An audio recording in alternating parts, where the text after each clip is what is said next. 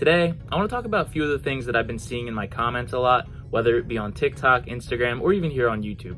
I just want to say that there's this belief that somehow, some way, we're all going to hit it big gambling. And a lot of the comments that I get are usually joking, or they're not taking the situation very seriously. But at the same time, there's a lot of people reading the comments online that may not have a great understanding yet of their relationship to gambling, and could actually form their relationship through these comments. Hey everybody, my name's Rob, and I made my last bet on November the 12th of 2022. Ever since then, I've made it my personal mission to come online and help people to get into recovery for gambling addiction faster than I did. So I just want to make another video elaborating why these comments are ridiculous and why you shouldn't be taking them seriously when you see them, because there's a lot of people that actually are. So what I'm going to do today is to dive into the top 5 dumbest things that I've heard in the comments as of recently, so that you can avoid falling into the trap of identifying with these comments and making them your actual thought process. So the 5th worst thing that I've been seeing is that the next spin could be the big win.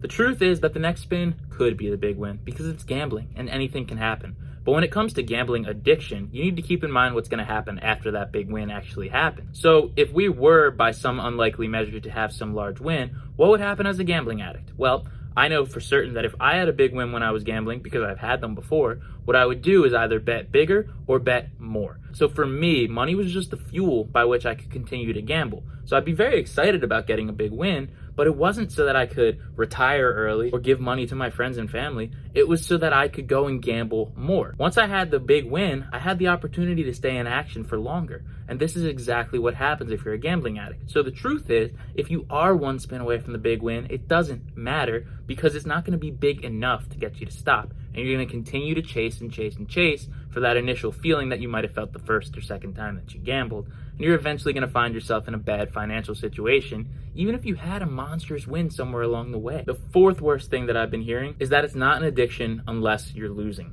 The truth is that you don't really think about the negatives in a situation when you're experiencing the positives. Why would you? But as you continue to gamble, you're building up a tolerance towards the amounts that you're betting, and you're going to get to a point where a loss could take out your entire previous winnings. The truth is that it's a progressive illness. That's something that we all know in recovery for a gambling addiction. And if you're not in recovery yet, this is exactly what you'll learn, is that as time goes on, you will continue to gamble at a higher rate, whether it's speed or by dollar amount, because you're trying to feel the same way that you felt in the beginning. And if you're not feeling like that, well, then it's not even worth your time. Gambling addicts don't function logically. We continue to place bets in order to have this rush of dopamine and serotonin firing off in our brains. So the idea that it's only a problem when you're losing isn't true. It's becoming a problem progressively the entire time, and you're only going to notice it when things start to go bad. That's why it's more than a money problem. In the end, the money is kind of what determines whether you should feel happy or sad about the situation, but there's a lot more to it than just the money. You can ruin your family, you can ruin your friendships, the trust others have for you, and your ambition, along with all the lost time that you'll have because of gambling.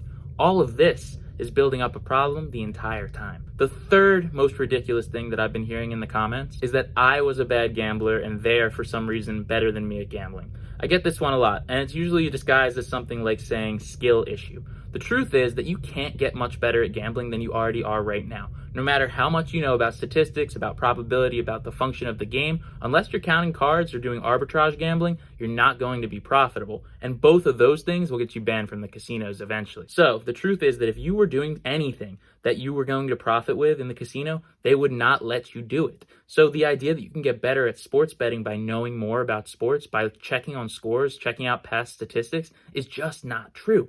In the stock market, the number one thing that all brokers say, it's the number one disclaimer on all of their ads, is that past performance does not imply future results. Yet, when it comes to sports betting, people are like, well, this is what happened yesterday, so it's going to happen today. This is what happened in a similar situation, so I can assume that this is what's more likely to happen than not. And it's just not true. There's so much randomness within sport that you're not going to be profitable gambling on it. 3% of sports bettors are profitable on any given year, and year over year, that 3% changes. The reason that 3% make money is just statistical sheer probability, and they are anomalies. You will not make money gambling in the long term, no matter who tells you something in the comments, no matter what your friend says, no matter what kind of lock you think you might have, and especially if someone tells you that their pick is a lock and tries to sell it to you. Anyone who's selling sports picks, as I say all the time, is a complete scammer at worst and an entertainer at best. There's no reason for them to be continuing to do that. The only reason they do it is because they make more money selling picks than they do gambling on it. Because guys, it takes a lot of work to run a social media channel. It takes a lot of money to do marketing. Why would they go through all the hassle if they could just gamble on the games themselves? It doesn't make sense. You have to look at it logically in that type of situation. They could be entertainers like these streamers online, and they could just be trying to build a community. And fine, if that's the case. But if anyone's trying to get you to sign up for anything or trying to get you to buy something, you are the product, and they are trying to convert you into dollars. Be aware of that, and then take their word at face value for what it is after knowing that information. The second worst thing that I've been hearing in my comments is that I'm some form of victim for sharing my story. I think that you need to realize that the reason that I share my story is actually to make myself better. As I reflect every day on the negatives that gambling has brought into my life, it really does make an impact on my life because I remember all the reasons that I'm trying to stay clean. You know, when it comes to gambling, we always block out the negative memories and remember the positive ones. But if we start to remember the negative memories intentionally, then it starts to kind of tip the scales back into your favor and you remember why you're staying clean.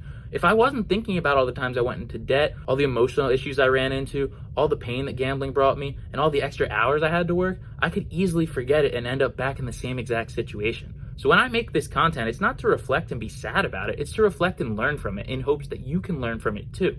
If you ever go to a 12-step meeting, you're going to find out that step number 12 is to support other people who are suffering with the same problem because it actually helps you learn more about your own experience. So to anyone that thinks I'm a victim, you're an absolute clown. Thank you for saying it, and move on. So the number one thing that I've heard that has pissed me off, but it is what it is because this is the world we're living in, is that 99% of gamblers quit right before they win big. It kind of goes along with the idea that the next spin could be the big one, but it gives it a statistic. Obviously, this statistic is false and it's satire. And you need to understand that as the audience, because it's building this culture that if we just keep digging, we're going to eventually get to this big win and we're going to be happy. But nothing good comes from that big win if you're a gambling addict, because gambling addicts can't stop. It doesn't matter that 99% of gamblers quit before they win big, which is false. But if it were true, it wouldn't matter because winning big isn't going to make your life any better if you're addicted to gambling. It will only end up making things worse or draw out the amount of time that you're wasting on this gambling. You weren't put on this earth to play cards or spin a wheel. You were put on this earth to make some form of difference in something that you're passionate about. Gambling is a distraction outside of yourself to limit yourself, to make sure that you're not living up to your full potential, and to just distract yourself from the monotony of everyday life. The only way that you can make your life better right now if you're addicted to gambling is to leave that behind and find something to fill the time with.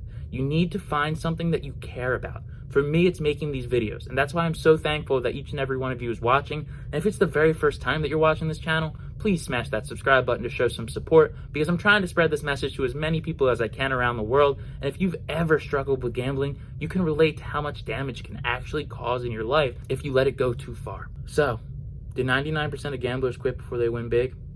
No. But even if they did, quitting gambling was the best decision that I've ever made. My life continues to get better each day. I live in complete peace. There's no chaos of gambling anymore, and the money lasts longer. I'm not bleeding money out of my pocket every day chasing after something that I don't even need. Why are you gambling right now? If you can't answer that question, you shouldn't be gambling. Thank you for being here. Thank you for watching this episode, and I know that we can keep getting better together, one day at a time.